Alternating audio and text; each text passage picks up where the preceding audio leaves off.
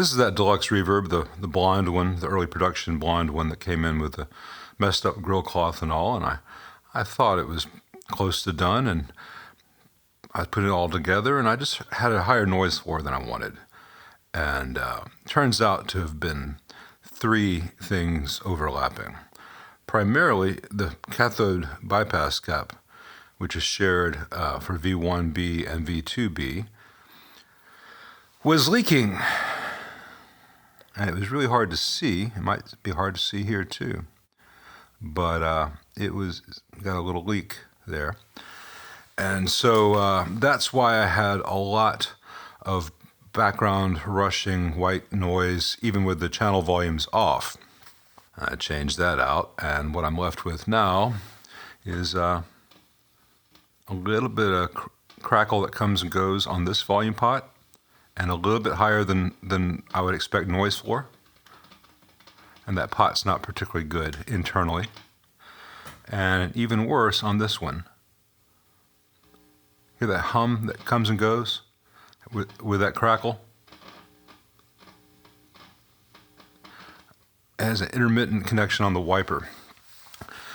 Now, a volume pot is just a different way of doing a carbon film resistor or carbon composite. And it's a 1 meg part, and the higher the resistor value, the more the noise can be there. So these pots, in addition to not being very good variable voltage dividers, are actually noisy resistors. So while I thought I was going to be done after I discovered and replaced that cathode bypass cap, I've got to order some new pots for this, at least the volume pots. I think just the volume pots. And that should get rid of the last of the beasties. And I have confirmed that that is the issue. It's not anything else on the circuit causing that. I've done that in ways that are too geeky to go into here. But just a quick note, since that cap had actively failed, all the other electrolytics, I'd already changed out the big filter caps. Usually in these reissues, the smaller value axials are okay. But I changed out all the electrolytics, so all the axials, the two radials, and this amp should sound fantastic once those new pots arrive and go in place.